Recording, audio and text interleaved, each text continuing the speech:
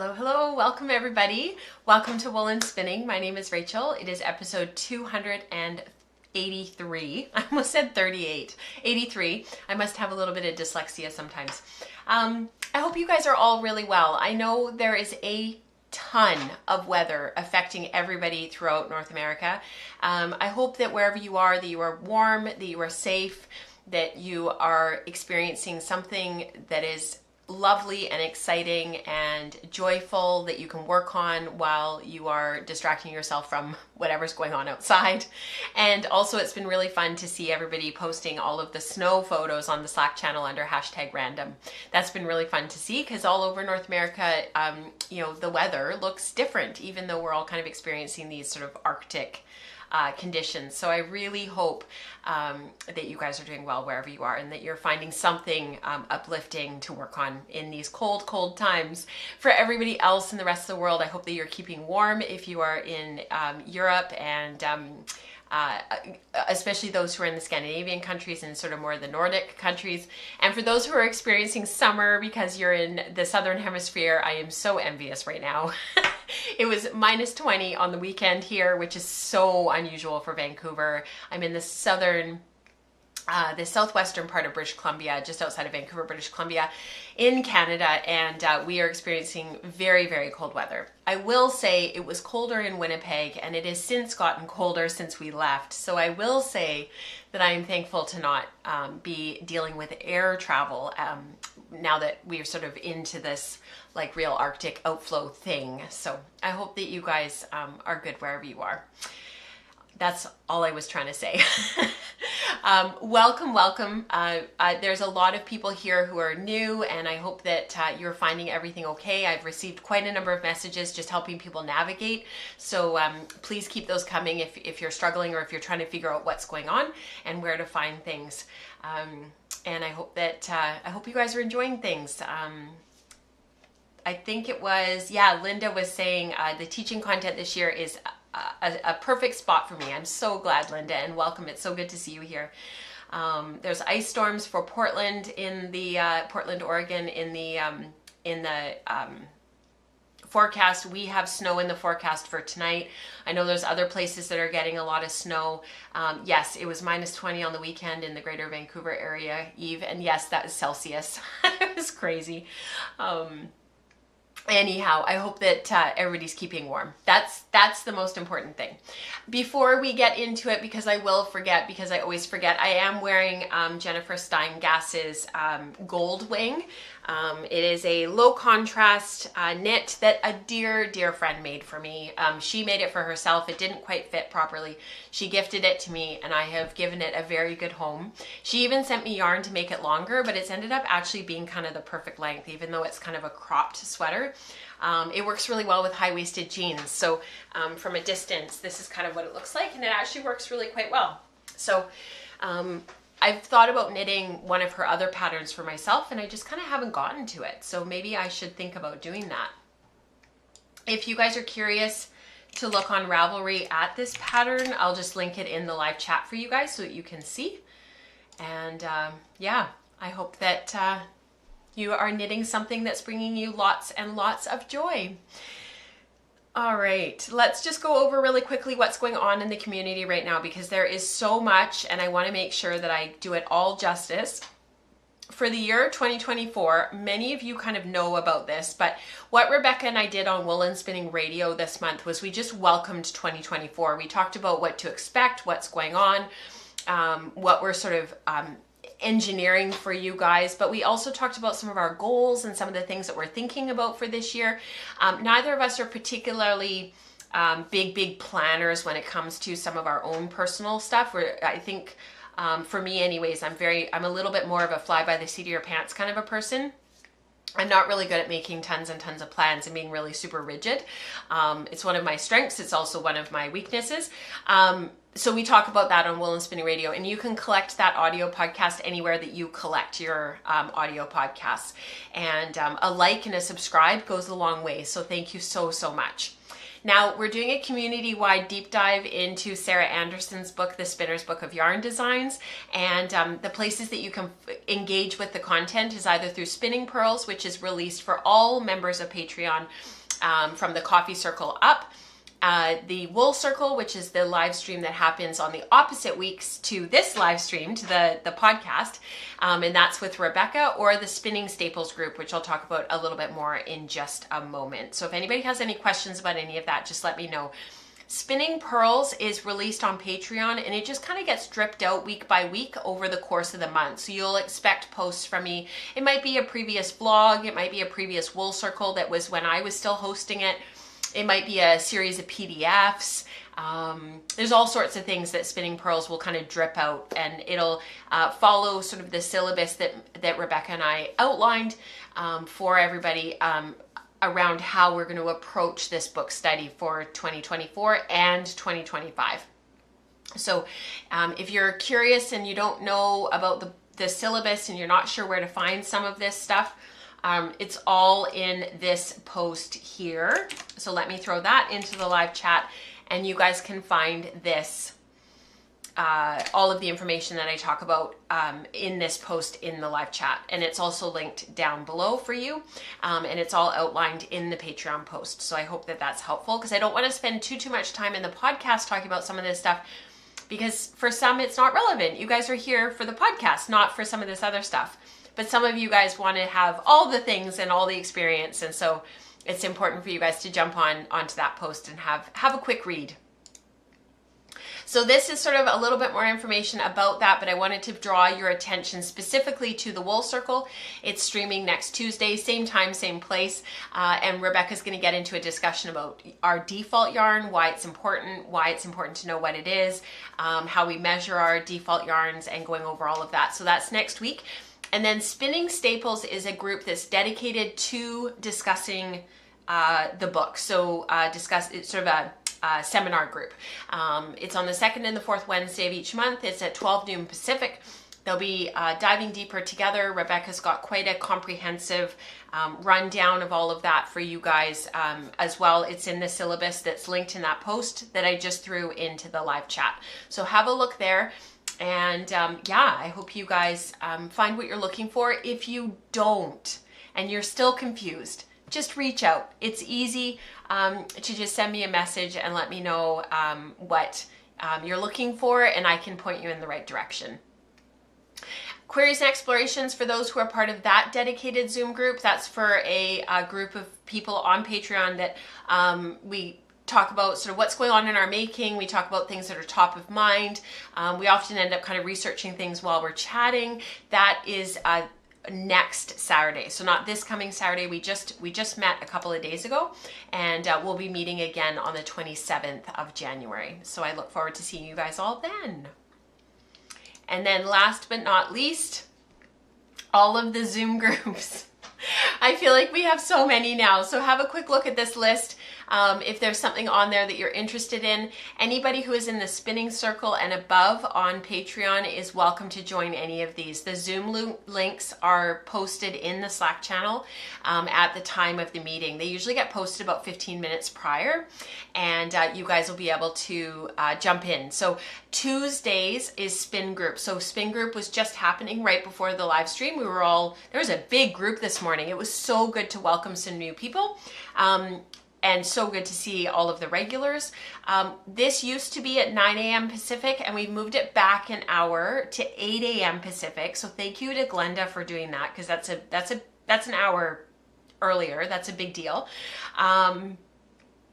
She's said that she's totally fine to do that, but so note the earlier time. It just gives us a little bit longer to gather and to spend time together before the live stream, because otherwise we're kind of, usually what happens, and I think it happened this morning, people are kind of in the middle of a discussion and it's like, oh shoot, it's 10 a.m. we gotta go, the live stream. So it's been moved a little bit earlier. It just gives us a little bit more time.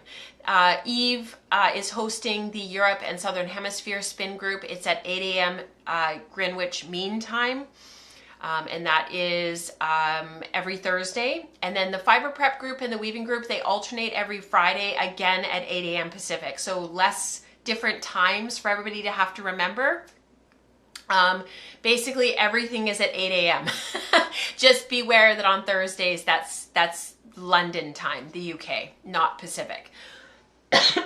I'm fighting a really bad head cold. I'm finally coming out on the other side of it, but we landed on Monday last week from Winnipeg. So I took my mom to Winnipeg to see her sister, and her sister's unfortunately quite unwell, and they're very close. And so we went for like a long weekend. We left on the first thing on the Friday morning and came back later on Monday.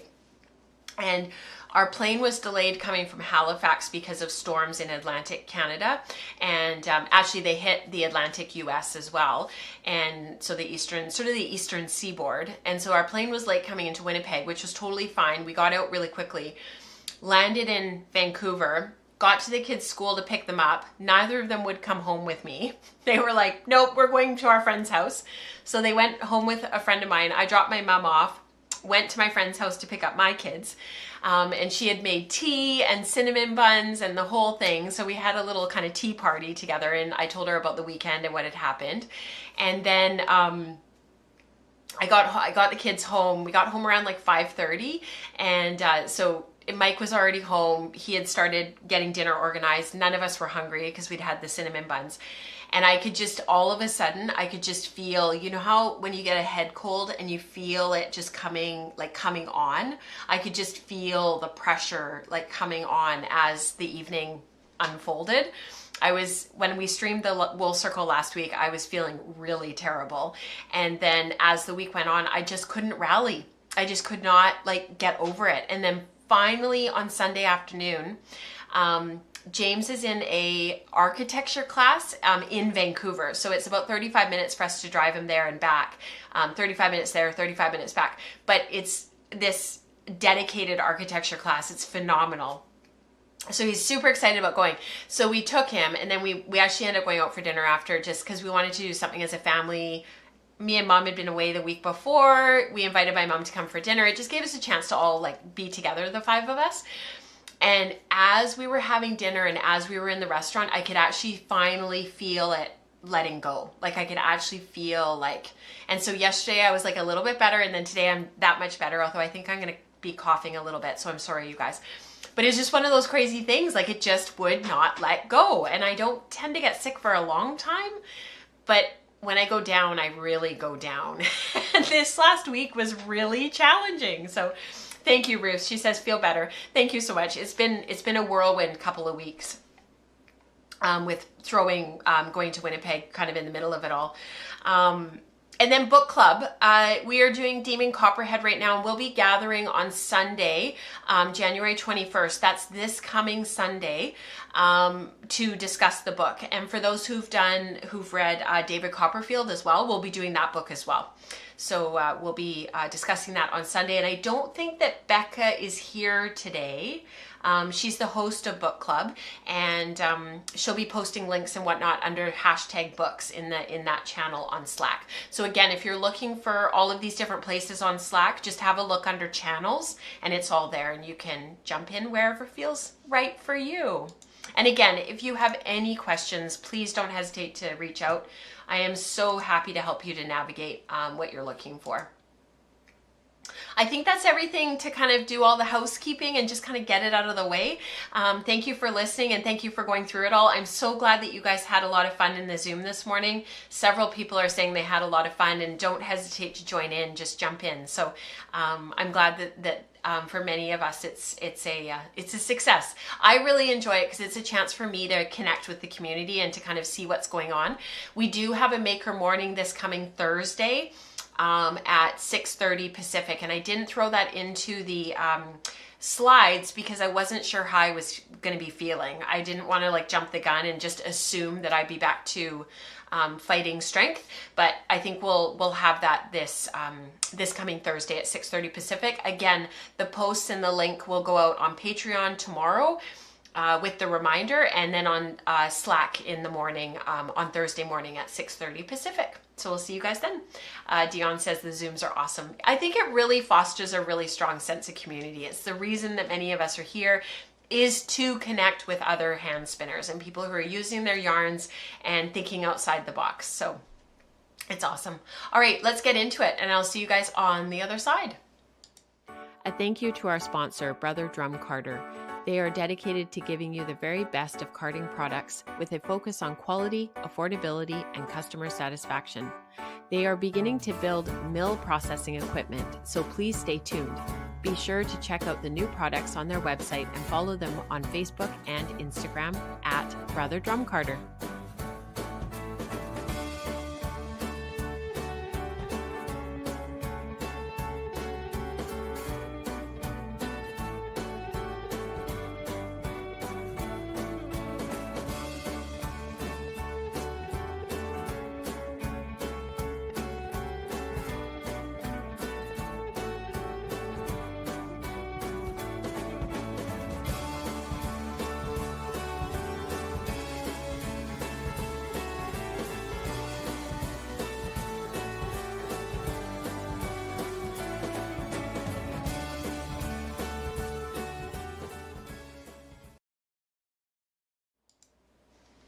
I'm actually really excited to share a couple of the things that I have made over the last few weeks.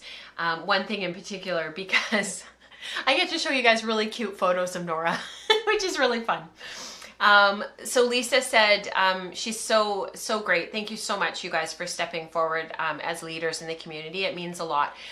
She said, if I'm not feeling up to doing Maker Morning, if it just ends up that I'm just not feeling great, she said that we can use her Zoom on Thursday morning for Maker Morning instead. So as of right now, everything is on track for a regular Maker Morning. We haven't had one for a while because of travel and sickness and all that kind of stuff. But if not, there's a backup, which is great. So I have quite a few things to share with you. I've got some spindling that I finished off. I've really gotten sidetracked with the 100 days of spindle spinning that Andrea Mowry's been running on Instagram.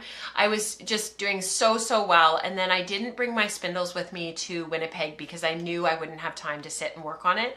I did bring my knitting, which I'll talk about in a few minutes, but I didn't bring any of my support spindles. And actually it was funny because coming home, going through security in Winnipeg, they almost took my knitting needles away. So note to self, take wooden needles next time when I go in April, because Vancouver never cares, but apparently little Winnipeg thinks I'm going to stab someone with my knitting needles. So,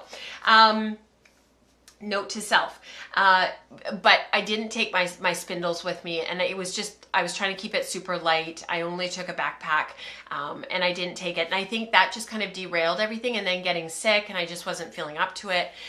So my plan is to get back to it. But in the meantime, I did finish a couple of things. So let's have a look. I'm just going forward a little bit. I just want to make sure I don't miss anything. So let's talk about all of the finished yarn that I was able to make over the last couple of weeks.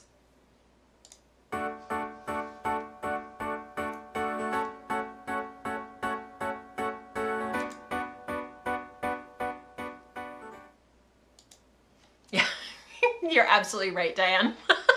I can't read out what she said, but you're right, it's not allowed. All right, so finished yarn. Yeah, that's right, Lisa. Take the fun out of everything. I know, right? So I have been working on this gradient set that was in my deep stash from Katrina. It was a gradient set from, hang on, that's the wrong slides. No, that's not it either. Here it is. These were a gradient set that she had made. It was back when she very first started carding fiber and was just getting up and running back in 2016. And I bought this from her right away because I really liked it. It was kind of a piece. It wasn't a full rainbow, but it was rainbowy enough that it really attracted me. And the colors were a little bit desaturated. They weren't quite as bright as you think of like the primaries. And it skipped the side of the color wheel that's the red, the sort of more the reds and the pinks. She stopped at the purple, which I really liked. But you still got the greens in there, and you can still see sort of the transition of color. But you see how where the purple and the yellow, there's a gap there in terms of missing about 3 colors that are sort of, the orange, the red purple, those colors are all missing. And so I've been spindle spinning this on my support spindles for the 100 days of spindle spinning. And what I was really enjoying about this was a couple of things. Number one, I took each of the batlings and I put them on my hand carders, added a little bit of Firestar, just clear Firestar, and then just rolled them off with my dowels from my blending board. So it created these really light, almost kind of airy, very lightweight Rolegs that were just really, really easy to deal with. And so I would sort of work on one spindle and work through that color, and then go to the next spindle and work through that color, and then go to the next spindle, and so on. And what ended up coming out of that was this, was sort of this, you know, collection of spindles. Come on, go back. I want to let me go back. Come on. There we go. There we go. Sorry, guys. I was clicking on the wrong thing. User error. Anyway, so you can see how, like, I sort of started with my silly salmon there, and then I just kind of, it's actually on this side, and then I worked across all the way to the yellow, and it just, what was really lovely about this project was spinning 4 or 5 Rolegs that are so light and airy and don't actually have that much fiber in them is really fast. It went really, really quickly. So once I had them all done, and I was keeping them in my big vase that I think I showed you guys last show, I laid them all out and sort of had this collection of spindles. And what I really appreciated was not just the fact that I had spun so many spindles. I think there's 11 there, I think. It was that I got to use my tools, that they weren't sort of just sitting, you know, not being used. And so those first sort of 30-ish days of the spindle spinning challenge was, you know, resulted in this, which was actually quite a bit of yarn. So what I ended up doing was I took the spindles, I wound them all off onto, I didn't take any photos of it, but I wound them all off onto weaving storage bobbins, the bobbins that you would use for sectional warping kind of a thing. And these are some other singles that I'm still working on that I'm spindling, and are being stored. But I filled up 2 full sectional warping bobbins. So these were absolutely full. That was how many singles I had spun, which I was really surprised about. Like, I knew there was a lot of singles here. You know, you sort of look at your spindles and you think, yeah, it's pretty finely spun, and, you know, it's 11 spindles and each of them is pretty full. But you guys, it really adds up. Like, it really adds up as you spin and you continue to spin and you fill up the next spindle and the next spindle. It really adds up. And you can see here when I wound off the yarn, I really tried to keep the colors separated as I wound on my skein winder that my dad made me, so that I could really see the colors. And of course the resulting yarn is like a really hefty, you know, pretty solid skein of yarn. Because originally I thought, oh, I won't have that much. You know, it's fingering weight. It's come out at roughly 18 wraps per inch. There's areas that are more like 16, and then there's areas that are more like 20 wraps per inch. But I thought for sure, you know, it would be thicker than that. I was thinking in my mind, it'll be thicker than that. It'll poof up a little bit, which it did. It poofed up a lot. You know, for sure, I'll have a, you know, DK weight yarn. I'll use nice, you know, 4.5 or 4 millimeter needles, and I'll knit up a toque, and that'll use up the majority of the skein. I don't know what planet I was on and like what I was thinking, because holy smokes, you guys, this yarn, there is so much yardage, and it's chain plied. So I wanted to talk about that for just a moment. I don't chain ply very often, and I certainly don't chain ply woolen spun yarn. So for those who are new to spinning, who are new to spinning on supported spindles, what you're doing is you have the spindle and you're spinning it in front of you, and you're drawing off the fiber. And so this one hand, whether it's your right hand or your left hand, it doesn't matter, is responsible for turning the spindle and for holding the spindle. And the other hand is drawing out. So you're basically doing long draw. And you can pinch the singles as you draw out to give you something to draw against, so that you're not drawing against the tip of the spindle. So you twist, pinch, and draw out in that long draw fashion. So what the type of yarn that you're making off of supported spindles is woolen yarn. I was using Rolex, which is a woolen prep, which creates this really light, lofty, airy singles, which is why the yarn poofed up so much and why it blooms so much in the washing process, because the air that was still in the yarn, even after plying, you know, it just gives it a chance to sort of, you know, just bloom. Like the fiber, you know, some of that crimp comes back in from hitting the water, and it just, you know, blooms. So I was thinking that, you know, I'm spinning woolen, I've got this really airy singles, and when you pull on those singles, when you're pulling off of the bobbin, when you're plying, the thing with chain plying is you're making loops, right? And sort of think like crochet loops. You're looping, pulling the singles through to create these long loops that you then allow the twist to come into, and it cinches it all down and makes the yarn. So for those who haven't done a lot of chain plying, one of the things that can be really frustrating about chain plying is if your singles, when you're tugging on them and pulling on them and making these loops, if they're constantly breaking, it's really hard to not only get into a rhythm, but to make like really nice yarn, because you're constantly having to attach and make new loops, and then you end up with areas that are 4-ply, and then you end up with areas that are 2-ply, and it just makes a big huge mess. So woolen singles are not, I do not automatically go to let's chain ply. I tend to reserve chain plying in the rare instances that I do it. I reserve it for worsted spun singles, where you've got really smooth, strong singles that can withstand the tension of being pulled into different directions.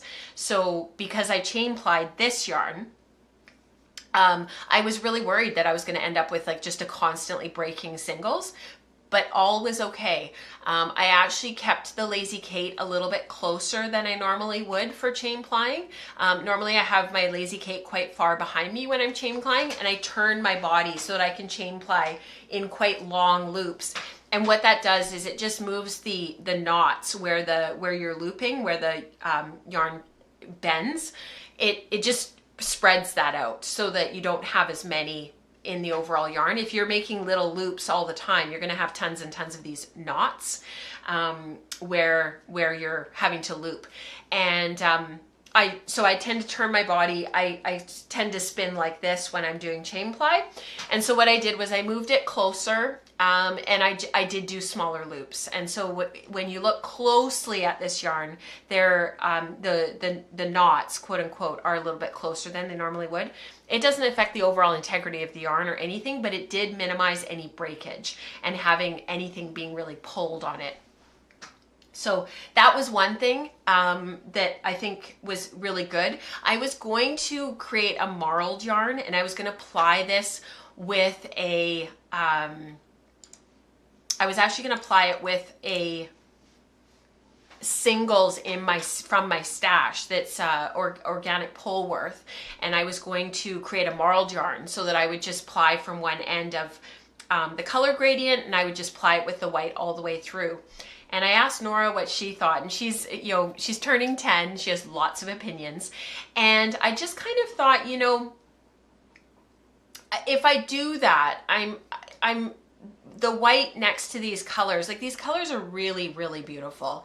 They're not super, super bright, and they're not really super saturated in terms of like being a really aggressively, like the purple isn't a really super bright purple.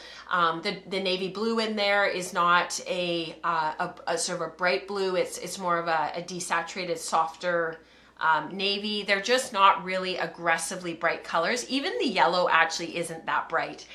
Even though on the camera it's coming up as really quite bright, it's actually not a really fluorescent bright yellow. And so if I put it with the white, it would desaturate it even more, you know, and it would just take it down even more, which if I was going for that would be fine, but it wouldn't it wouldn't have really augmented these colors and kept them clean and kept them together. This is one of the only situations where I will chain ply, where I want to keep these colors as clean and keep them together, and preserve that gradient. So you can see there is a little bit of sparkle from the Firestar. It's not super, super overt. It didn't come through quite as much as I had hoped, and I think a lot of that again is the woolen nature of the yarn. There's a lot of air.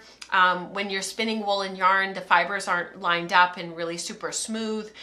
In a roll lag, they're coming off of the roll lag in like a circle, so they're kind of twisting around themselves as they take up the twist. And if you've watched, as you're spinning a roll lag, watch how the twist goes in and how the roll lag kind of collapses into itself and into the twist.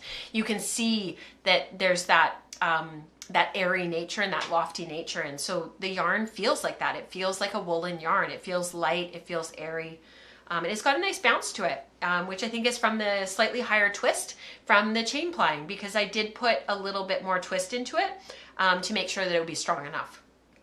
So I don't know what I'm going to do with it. As I was plying it, I absolutely love this yarn. And as I was plying it, all I could think about was another Attune shawl and having it like, you know, the rainbow effect kind of working its way through. And then the thought of knitting another Attune shawl, I was like, I'm not sure I can do that right yet. So that is on the back burner. I've missed a whole bunch of stuff in the chat, so I'm just going to catch up really quickly. Yeah, thank you, Suzanne. She says, I like your decision to keep it as a gradient. I think it's nice that it that like keeping it organized as a gradient rather than mixing it all up or spinning it a different way or marling it like I was mentioning. Yeah, Charlotte says same thing. She likes it. I kept it as a gradient. I think sometimes, you know, dyers and creatives out there, they make these kits and we can use them and do with them what we want. But I think sometimes their initial inspiration and their initial genius it's important to keep it, to go with it. And this is one of those situations where Katrina's initial sort of color sense, it was important to keep going. The other thing that I finished this last week was actually kind of a bit dumb. So just bear with me for just a sec. These two skeins I plied up back, I want to say like in the summer, maybe even back in the spring. I would have to go back to old episodes and see. Anybody who's been watching and trying to catch up maybe would actually be able to tell me. But this is Toothy from West Coast Color, and this is a Perrindale mix from a mill that she gets this stuff, and it's really, really cheap. It would otherwise be wool that's thrown into the wool pool, or even not sort of used at all. And she doesn't sell it very expensively. It's like $7 for 100 grams or something Canadian. So it's like what, $4.50, $5 US. And a lot of it is just to sort of give people an opportunity to work with a wool that's not sort of what we think of as like the classic, you know, really super soft, really super lustrous, you know, fibers, but to say, hey, there's other wools out there and there's other stuff to play with and to work with. And even though this type of a prep that's sort of a little bit, it's woolen roving, it's, you know, there's short bits in there and there's long bits in there and it's sort of a mishmash of stuff, it still makes like really amazing yarn. Diana Twist, for those who are part of the community and know Diana, she's a spindle spinning maniac. She's amazing. She spun up a whole bunch of this stuff, and I think she did a sweater with it, if my memory is correct. I think she had the more pink red kind of toothy fiber. Anyways, I have a lot of this in my stash, and I have it in this Grello color. And what I've been doing in the background is spinning singles, just spinning and spinning and spinning, and keeping them. And then when I've got a couple of full bobbins, I've been plying. So I got another skein plied this past weekend. So I plied up another skein. This is a project that's been going on in the background that I've been working on very quietly. When I have an opportunity to sit and spin quietly and I don't have other things that I'm working on and I'm kind of between things and I'm just looking for some quiet. And so now I've got 3 done, which is actually a fairly decent yardage because it's all 2-ply. And you can see sort of the inconsistencies in it being woolen spun, just, again, very light, very airy. Makes a slightly inconsistent yarn just from all the texture and stuff in the fiber. There's short bits, long bits. So a little bit of, some of it's had a little bit of VM, although overall it's very clean.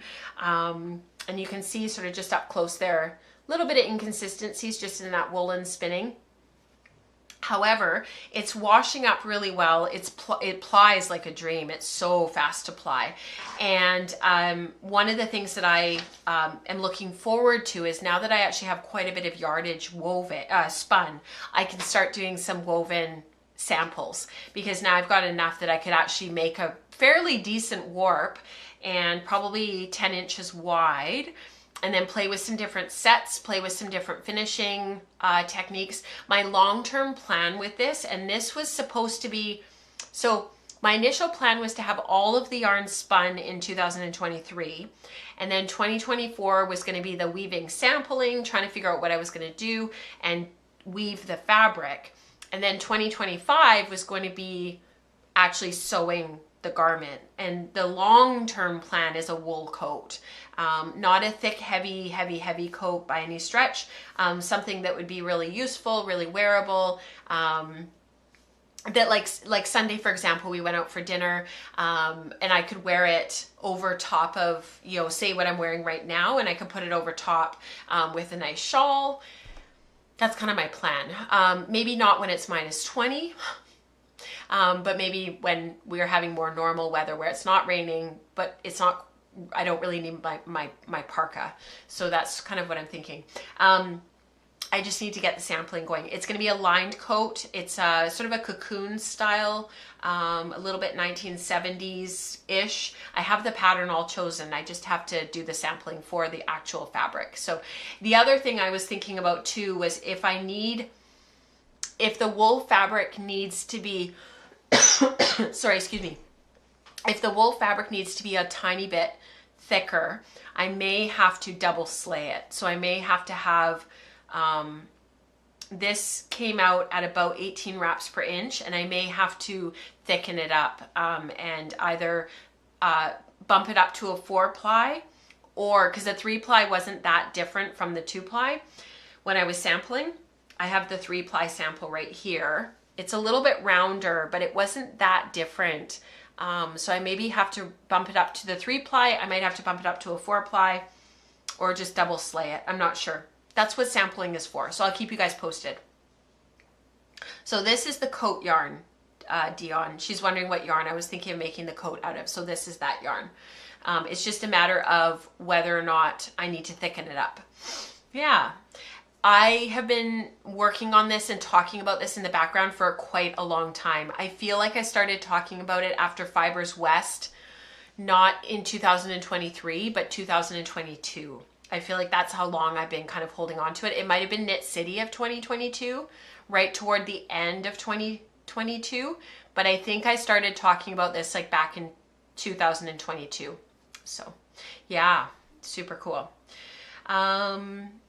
How do you join up all those spindle singles to get one hank of yarn? Tina, that's a great question. So going back a little bit, what I do is when I'm winding off all of the spindles onto the weaving bobbins, when I get to the end of one spindle and the start of another spindle, or if I have singles break while I'm winding off, because let's face it, it happens, I just do a Russian join where I just put a little bit of saliva on my fingers and I rub it together to have a join in that area, and I'll sometimes draft them out a little bit and just rub them together and kind of just gently fold them. This is 100% wool, it's BFL. It's not superwash, so it's easy to do that. And generally, because I don't work with superwash wools, it's easy to fold them a little bit and get the singles to become one, if you will. So I hope that answers your question. Yes, Rebecca says Katrina is a master of cool colors and making even warm colors cool. It's so true. Yeah, because if you look at this overall, it's very cool. These colors are Katrina. These are her favorite colors. Not the yellow, but the purples and the blues and the teal. This is Katrina. Yeah, she loves those colors. Just beautiful toothy yarn. Thank you so much, Marilyn. I do wish I could pick up some West Coast color fiber. I think Dion and I were talking about this the other day. I think that Lynn is redoing her website. I know last time I talked to her that that was what she was doing. So I don't know that the website is like functional, but if you email her directly, I am sure you could work something out with her and get some fiber from her. Sam says 10. How did Norah become 10? I know she's turning 10 in March. I don't even want to talk about it. I don't know how that's even possible. I don't know. It boggles the mind. It's crazy. All right, I do have some spinning to share with you guys, but it's quite little, so let's do that next. And I will, let me just go over here.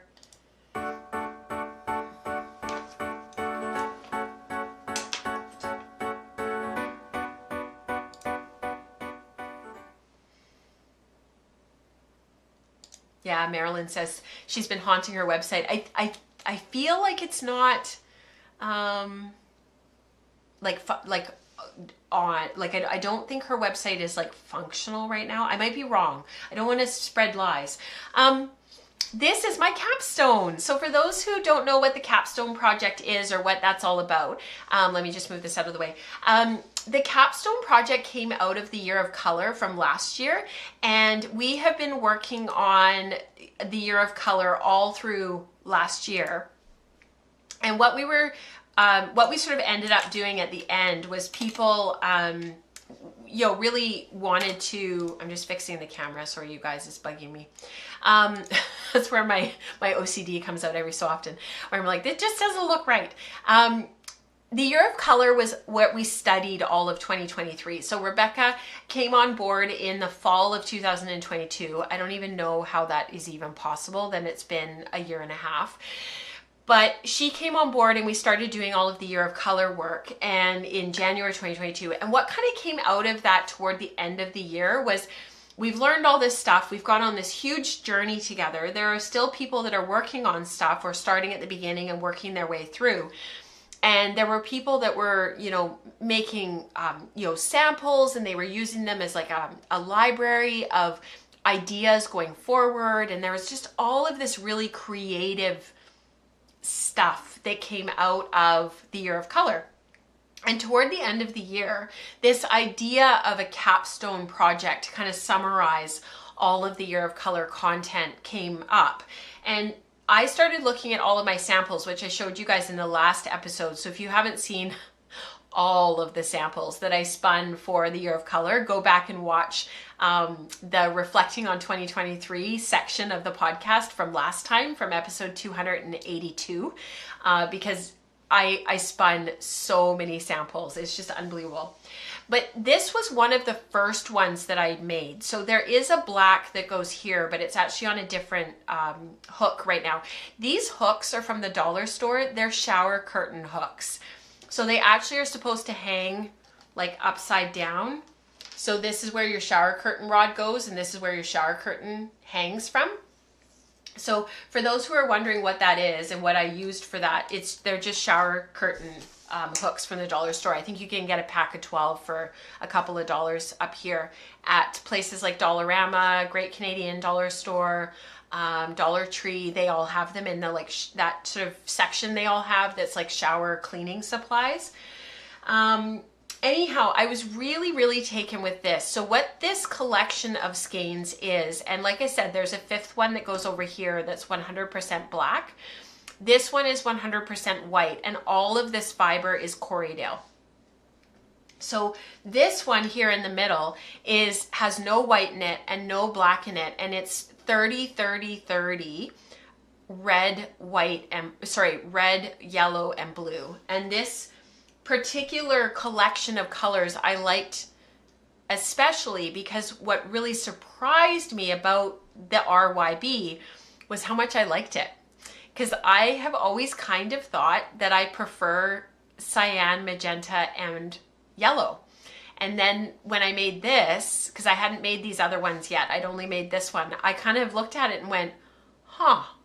And it really kind of opened up my mind to realizing that there's this whole kind of myriad of color that we explore, that we talk about. We look at our screens, and it's all in the digital CMYK.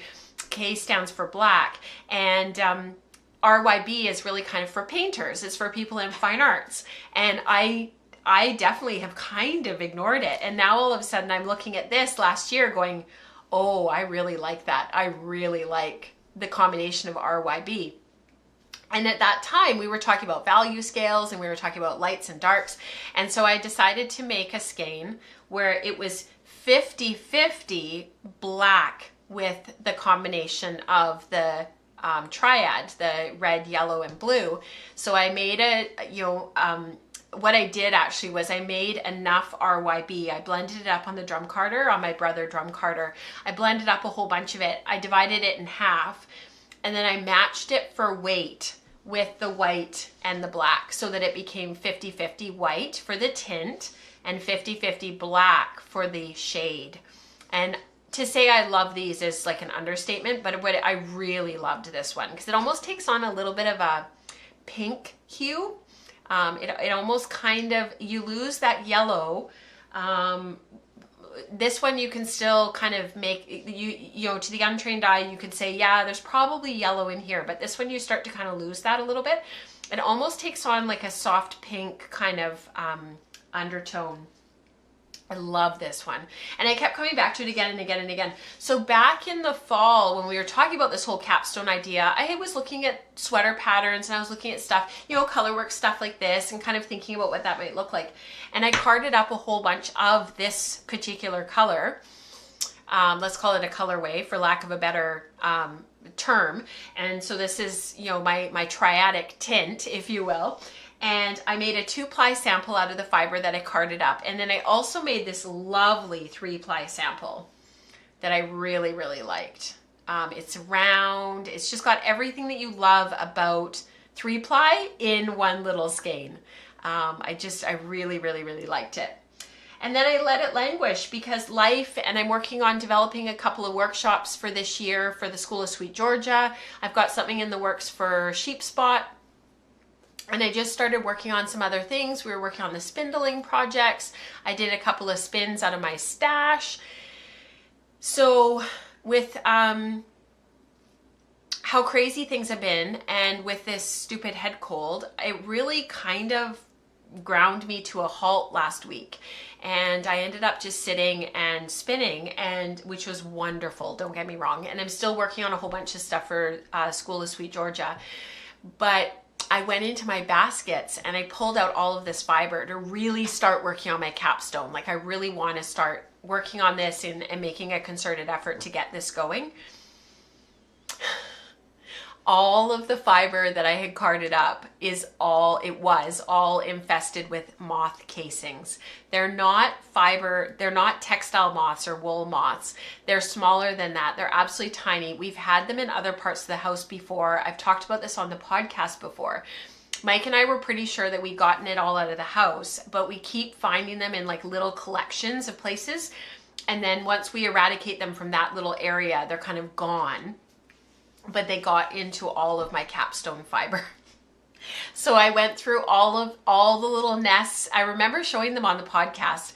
I went through all of the nests of fiber. I picked them all out. There actually weren't that many. There was probably only about 20 or 25, and they were active little casings. Like there's little bugs inside, because that's the thing. I've never seen the bugs, which is really weird. And they're tiny, tiny, tiny. And I've tried to find what they are online. I've looked at lots of different species and stuff. It's really, I'm not exactly sure what they are, but they're way too small to be textile moths. Anyhow, I went through it all, got all the casings out. They all had the little bugs inside. So I know that they're gone now, because they won't be able to hatch and do their thing. Because of course I got rid of them all and flushed them down the toilet for the win. And I was looking at the fiber and they had eaten through. The thing is about these little things, and they did this to one of my sweaters, they don't really destroy things because they're too small. They kind of go like semi-thickness, and it's only like a really tiny bit, and they don't really leave any residue behind. They got into a whole bunch of my hand spun hand knit socks that we did for the sock content back in 2017, 2018, and they did ruin all of that. But I think that I had stored those not as clean as I probably should have. And because I had them on a regular rotation, I was just wearing them all the time and didn't really think. And so they did do quite a bit of damage to those, but I've never found that number of them ever again. And we got rid of that piece of furniture. Becca actually encouraged me to do that. So I took all the nests, I went through them again, made sure everything was out of them, and I recarded it all. So I just finished spinning all the singles. It's still on my wheel, and I'm hoping that I'll have a bunch of yarn to show you next time, because the spinning of the fiber and the stuff itself is still totally clean and totally fine. But I'm glad that I decided to go back to this project when I did, because I think if I had left it for another 3 or 4 or 6 months and those little guys had started to hatch, then I would have a huge problem. So once I finish the yarn, I'll scour it, clean it really super well, and I might even throw that in the freezer for a few months, and then we'll go from there. But they're just absolutely teeny tiny, and I think that's why I've never seen the insects. We've never seen them anywhere. They're just teeny tiny. They're smaller than that, like the tip of a needle. Like they're smaller than that. Just tiny. So I don't know. And they're, yeah. So anyhow, just, right? Just big yuck. And I'm just glad I was able to salvage the fiber, because the fiber itself was totally fine. So fingers crossed that everything works out well in the end, but I'll report back on the yarn next time, and I'll scour it between, like once I get it plied, I'll scour it and get it really clean. So updates on Capstone. But I enjoyed spinning the fiber. It was beautiful. It was really nicely carded. I'd done a good job of that. And when I recarded it, it came off the carder beautifully, and that makes all the difference. So yeah. I was going to talk about my Turtle Dove 2, the Espace Tricot pullover that I've been working on. It was on my dress form last time. I was talking about the fit and kind of, you know, almost there. I was making it out of the Garn Studio Drops Air. That's the baby alpaca merino that I picked up for cheap. I finished it last week, washed and blocked it, but it's been so cold here. It's actually still quite damp. So I moved it to a different area of the house and you know, spread it out again, and hopefully I'll have that to share with you guys next show. But in the meantime, let me share with you the finished project that I made for Norah.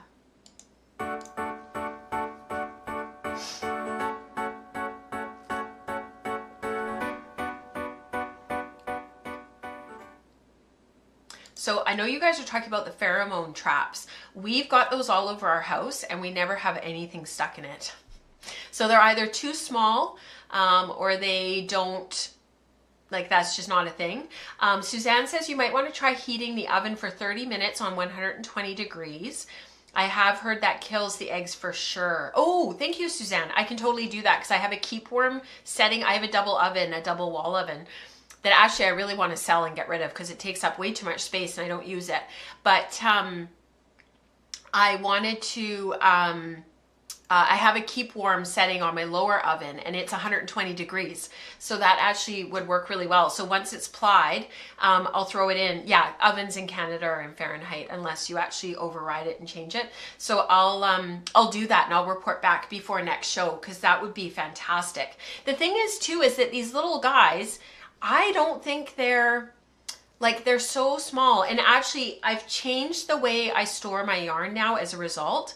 I keep all of it in Ziploc bags and I check it regularly, and I think that's actually why we got rid of a couple of pieces of furniture, so that helped. And I've been airing things out in the spring, because I never used to. You know, it kind of comes back to that whole like spring cleaning thing that, you know, all of our grandmothers did, and it's kind of gone by the wayside, at least in my generation. But definitely just kind of cleaning stuff out, getting rid of stuff. Yeah, that's a good point, Lisa. Pantry moths. they could totally be pantry moths. What in the tarnation do pantry moths look like? Because I've never actually seen the little dudes, like the actual little, I've only ever seen their casings. That's totally what their casings look like. They must be pantry moths. Okay, I will do more research and I will find out, but I've never actually seen the little guys.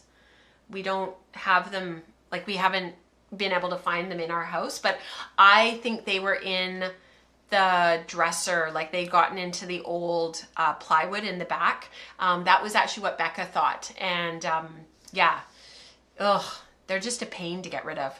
Anyhow, moving on. So I had to get some yarn for the shawl that I showed you guys last time for my sister-in-law for her birthday next month.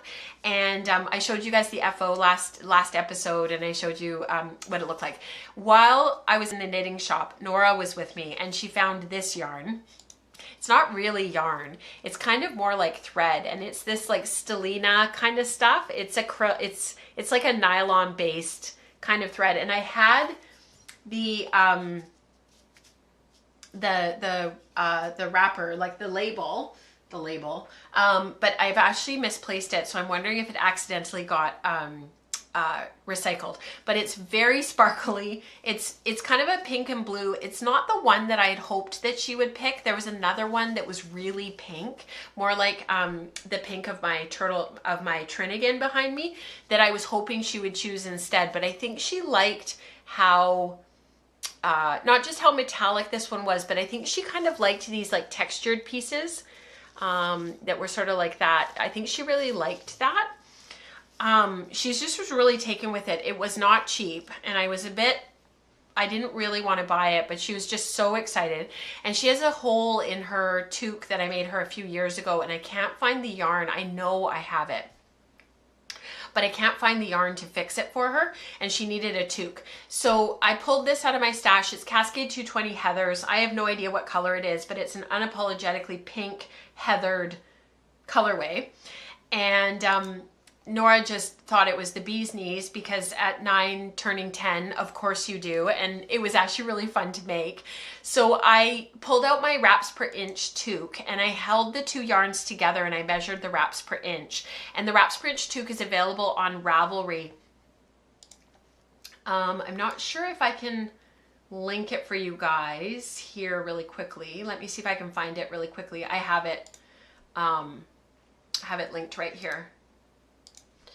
So the wraps per inch toque, it's my pattern. It came out quite a number of years ago, and it's so that you can use your hand spun in toques and just really quickly whip up sort of a vanilla toque, just stockinette stitch. Really easy decreases, just knit two together. And then Norah chose a pom-pom in the store. The pom-pom's it's not the perfect pink. It doesn't match it perfectly, but man, is it a cute toque. And she's had a lot of compliments on it. One of the things I was really worried about with this yarn, it's not soft. It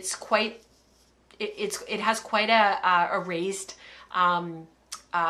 edge surface to it, and it feels quite coarse. And I thought for sure that having that in the brim and rubbing against her forehead that it would bother her. She hasn't said anything, and I haven't said anything. So perfect. Super fast to whip up. I made the youth version following the worsted stitch counts, and it worked like a hot damn. I used 4.5 millimeter needles, or US size 7, and the ribbing I did on 4 millimeter needles, which was a bit tight just because it's a lot of yarn that you're fitting onto 4 millimeter needles, but they it worked really, really well. So yeah, worked really. It was just a fun project. It was super, super fast. I knit it to a length of 7 inches before I did the crown decreases. So hopefully this will fit her for quite a while, and hopefully it won't end up with a hole in it or anything like that. Yeah, thank you, Lisa. She says that hat is adorable. She looks so lovely in that hat. Thank you, you guys. So Linda says the pantry moths are pretty big. They're not small. These are tiny. I've never seen the insects. I've only ever seen the casings. So they might not be pantry moths. Yeah, I'll keep you guys posted about my moth problem. Anyways, yeah, super cute hat. And the pom-pom is one of those faux fur ones. It's made locally by a woman that makes them, and she supplies what is now my local yarn shop. It's actually not that close. It's over in Surrey, but Julie always has great stuff at Valley Yarn. And she always has lots of these pom-poms. The nice thing about these pom-poms that this lady makes too is they are the ones that have really long tails. And so you loop it inside the toque, double knot it, and tie a bow, and you can take it off. So I'll be able to reuse it again in another project if Norah wants a different toque, or if she doesn't want the pink anymore, or if she wants, and it's got hints of black in it in the pom-pom. So I said to Norah, I could actually make you a black toque, and the pom-pom would look fantastic on it. So she's got lots of options, but I whipped that up for her and it went really well. And then the other project that I have been working on, because I took it with me to Winnipeg, is my Attune shawl. So this was part of a knit along, spin along that we did way back in, yeah, exactly, Rebecca. You can take the pom-pom off to actually wash the hat, which is great. The Attune shawl was part of a spin along, knit along that we did with Andrea Mowry back in the summer, and people were spinning, and then for Tour de Fleece, and then the idea was that we would knit through August and have these finished Attune shawls after, and Andrea was really generous and gave us a pattern discount for it. It was just awesome. And I had chosen some singles. I did spin for it, but then I used the yarn for my Weekender Light instead. And this is Hello Yarn singles on the bottom there. It was one of the club colorways from a number of years ago. And then the other one is the spun singles. It was Organic Polworth. I pulled it out of my stash, and I was, one, hoping to de-stash a little bit of yarn, and then also I really, really liked the white with these gorgeous greens and yellows. So let me show you where I'm at now, because on our trip to Winnipeg, I didn't knit a ton, but I knit enough that I finished the 20 repeats of the brioche and the garter, textured garter pattern. So I was able to do all 20 repeats. This is getting really big, so I didn't do 20. I think the pattern says for her 2 samples, you can do any number of repeats, but her one sample, it's like 20 repeats, and the other one is 25. And honestly, by the time I got to the 20, I was like, I'm good, I'm done. That's all I need to do. So I did the 20.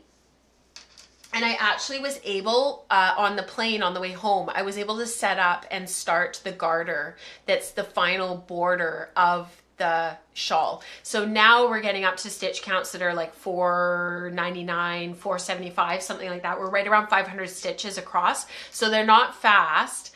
This is the right side, quote unquote, the right side of the shawl.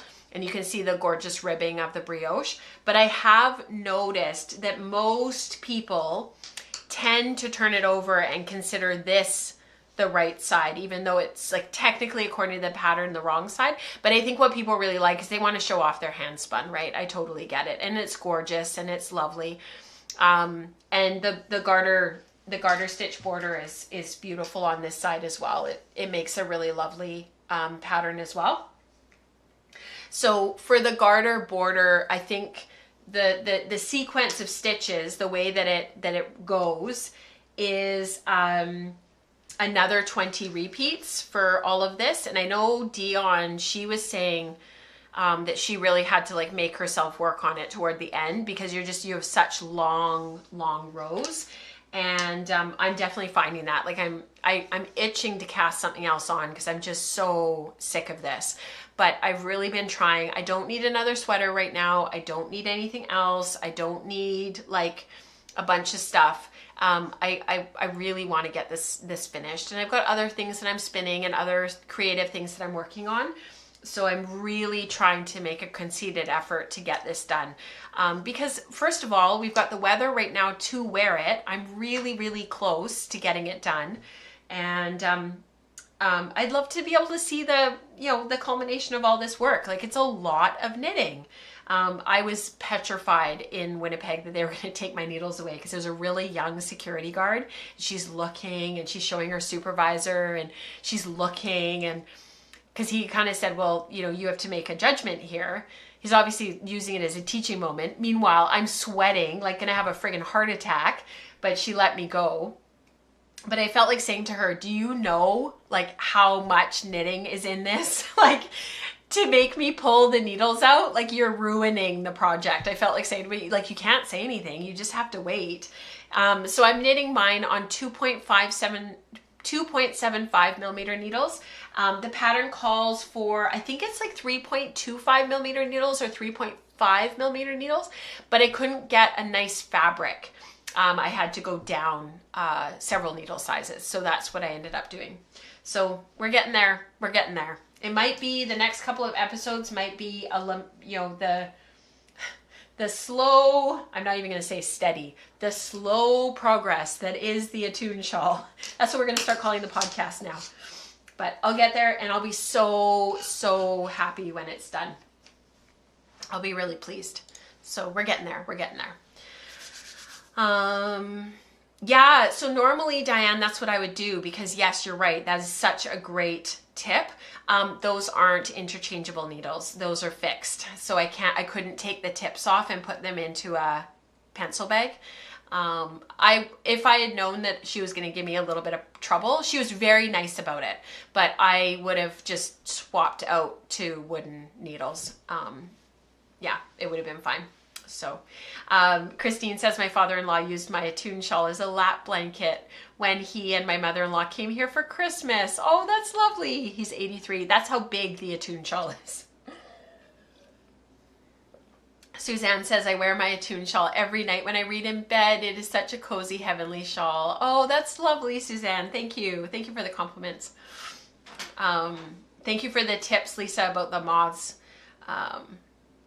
Pedro was carrying a battery for Jared in his carry-on, and he just kept asking for supervisors and supervisors, and went through 4 levels of people until they let him go. You know, it's funny. My cousin works in medical equipment. He's a rep for one of the big medical equipment companies here in Canada, and he's never had a problem going through any of the security between Winnipeg, Regina, and Calgary, and Saskatoon and Edmonton, because that's his like region. And he said it's only been in the last like month or so that he started having problems. And he said he thinks it's just volume of travelers and just people going so many places and people bringing so many things, because he doesn't check his luggage because he's just going for the day. So he can't sort of waste the time waiting for checked luggage. But he said he's had to start being really clear about what stuff is and asking for supervisors and just being really clear with people about what it is that he's carrying. So yeah, it's just the world we live in. All right. In the interest of time and things getting on, I don't have any weaving to share with you guys. Some of you probably are relieved. Let's get into community participation.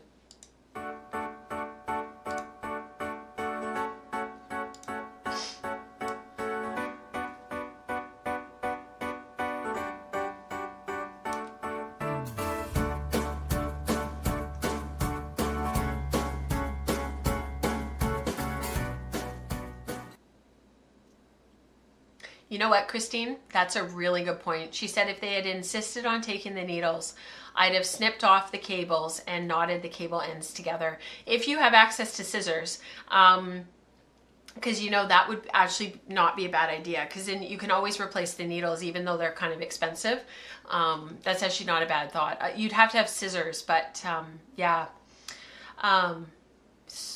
All these things that we do to be able to get by. And then you think about the bad people that are doing all these things as well, that are getting things onto planes. So then I kind of have a sobering moment where I'm like, okay, I'm okay with them, you know, questioning me about my needles because I want them questioning other people as well. 100 days of spindling. Oh my goodness, you guys. If we can just pivot for a moment to what we're chatting about in terms of spindling, like from what we have been talking about to spindling, the Slack channel, the hashtag Spindle-Spun Stitches has exploderated. Like, you guys have been doing so much spindle spinning. It is so cool to see. So here's only a very small taste of what you guys are doing for the 100 days of spindle spinning. Some of you already had a spindle practice, and so some of you have just continued on. Like Diana, for example, she has a spindling practice every day already. So does Rebecca, so do other people in our community, Dion, Lisa. And so it's just been really cool to see you guys just posting more and more of your photos. So this is from Diana. She got herself a new spindle box. The chocolate was mediocre, but the box is great. I had to share that. I just thought that was fantastic. I'm always looking on the lookout for little metal boxes and stuff. This is also from Diana. This is just a smattering of all of the shots that she's put up in the Spindle Spun Stitches channel on Slack, because her photos are just beautiful and they're so inspiring. So lots of different spindles here. Some are from the Spindle Shop. There's Allen Berry. There's Silly Salmon, Mirkwoods. What else do I see? There's just a whole smattering. There's an Inoxia suspended spindle in that far photo there in the front. Yeah, just awesome. So well done, Diana. So good to see. This is from Taji. She's been spinning through the Woodland Pixie 12 Days set that was from Christmas, and the color palette is bringing her much joy. 9 days in, 3 days left. And actually, since then, she's posted photos on her Instagram of like her progress. Her spindles are full of all of this fiber is just beautiful. So well done, Taji. So good to see you working on stuff and sharing your joy with others. This is from Dania. I'm enjoying this little ultra lightweight medieval style spindle with a removable ceramic whorl. It's spinning up the fossil fiber with such ease. Isn't that a gorgeous bat? I just love that. Gorgeous. Well done, Dania. This is from Brittany of Crux Fibers. I'm spinning random lucky leftover bits and larger projects for the 100 days of spindle spinning. I took this photo a week ago and I've definitely added more to the cop since then. And she's since posted some more photos on her Instagram of all the gorgeous spinning that she's doing. She's spun up a lot in the 100 days. Amazing. The 100 days of spindle spinning is hashtag 100 days of spindle spinning. It's running until March 10th, and I'm sure many of us will have developed a practice by then that the photos will just keep coming. This is from Lisa, a couple of different things that she's been working on. Blue bits of a giant bat, and then she's also been working on some 50% Castle Milk Moret. I can never say that, with 50% cotton. There's been quite a few people in the community. Sam has been doing this, Kirsten, Lisa, Eve, they're all playing with cotton right now, which is really cool.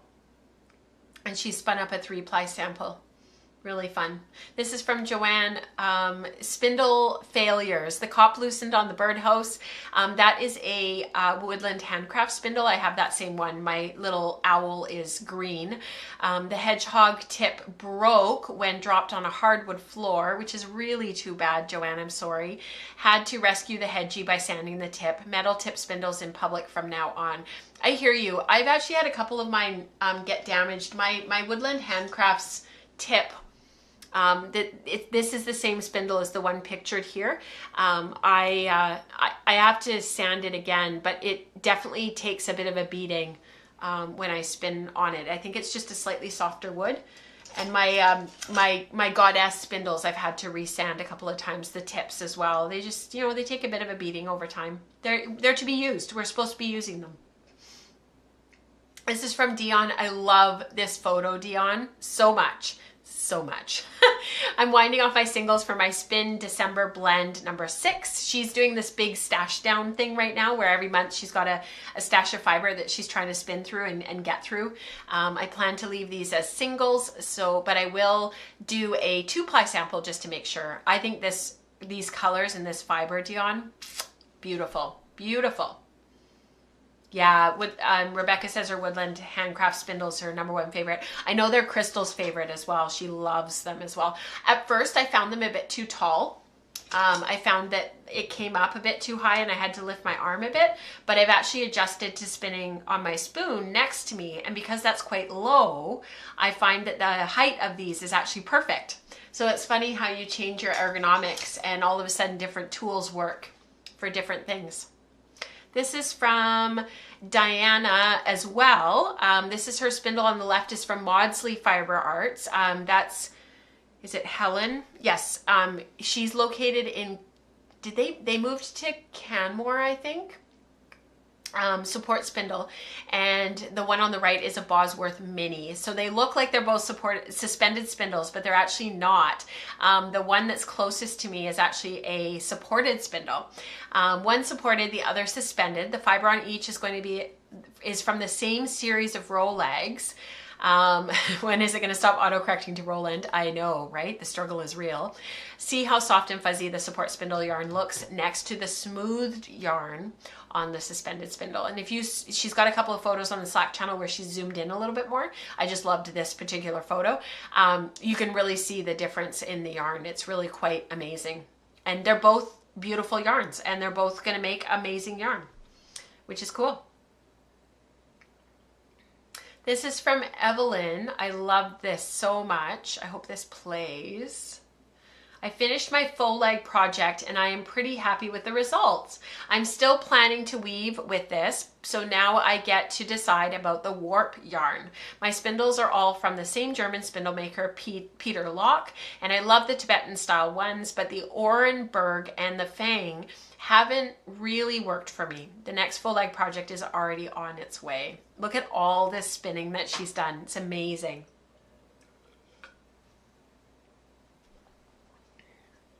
Just gorgeous. I'm starting to lose my voice, so I think we're going to have to wrap up in a minute. And then these are just general makes and shares that people have made throughout the community that I was excited to share with you guys. This is from Simone. Look at this spinning and knitting. I remember sharing this yarn that she finished on the podcast, and now she started knitting with it.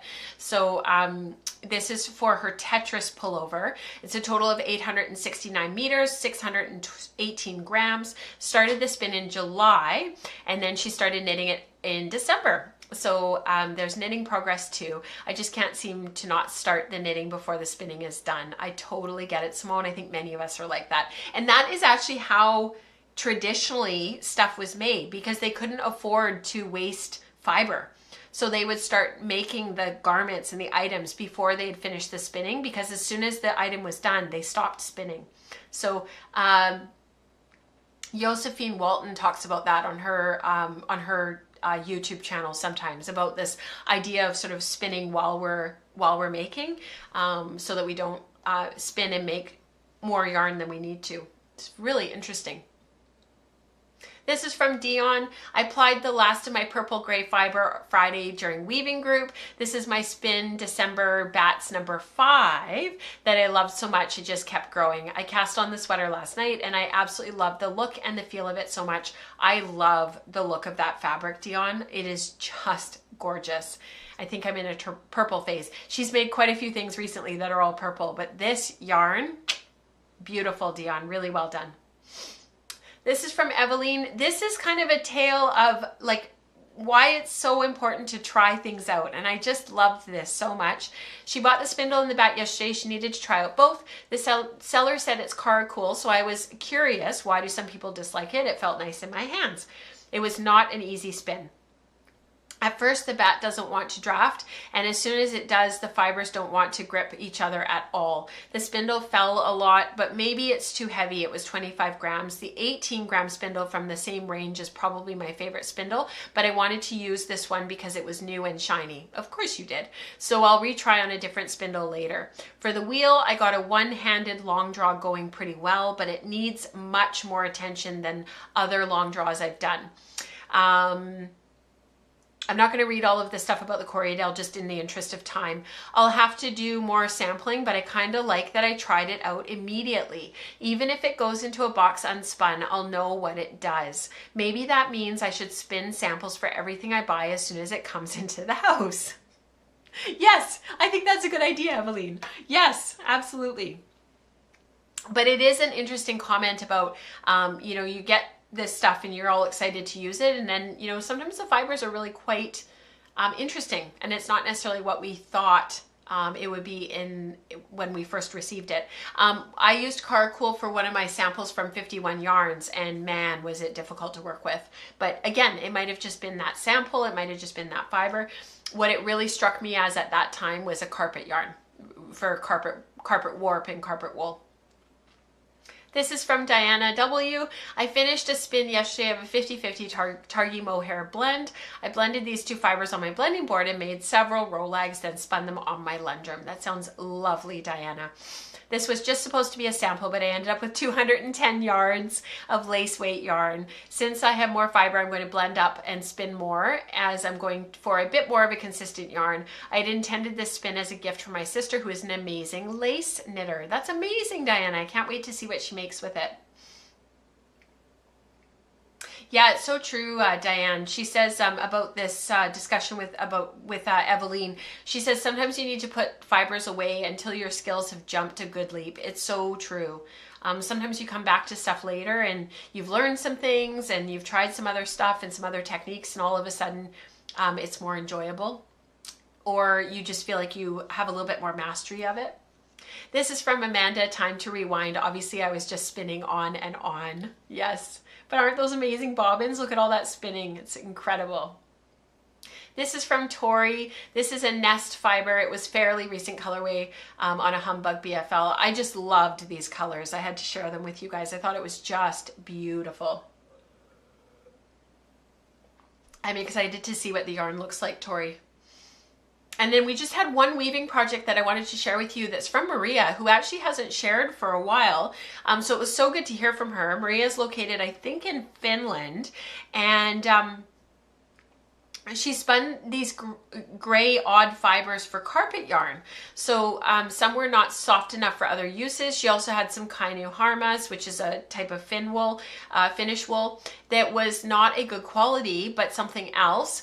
And she drum carded it all together with a stronger fin and spun a very strong 4-ply yarn. You can see it on the shuttle stick over there in the top right hand corner. It's the yarn that's wrapped around the stick there, and she wove it into a blue commercial carpet with a blue commercial carpet yarn. And she hasn't finished the fringes yet, but man, the carpet is incredible. If you look at her Ravelry project page, there's some close-ups of what the carpet looks like. It looks amazing, just awesome. So thank you, you guys. Thank you for sharing everything that you share and doing all the things you do, and for enriching the community like you do. You are all what makes the community what it is. And I so appreciate that you're all here. So thank you so much for participating and for contributing to the conversation and just being a part of what we do here. We're richer for it. So thank you. I hope you guys have a wonderful couple of weeks. Next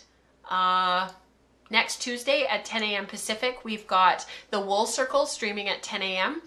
Like I just said. And oh, thank you, Diane. I always forget. Please take a moment to hit the like button and subscribe. It really does help the show get out there and get seen by other people who are watching similar content on YouTube, especially for those who haven't heard about the show yet and aren't here yet. It would be wonderful to welcome them in as well.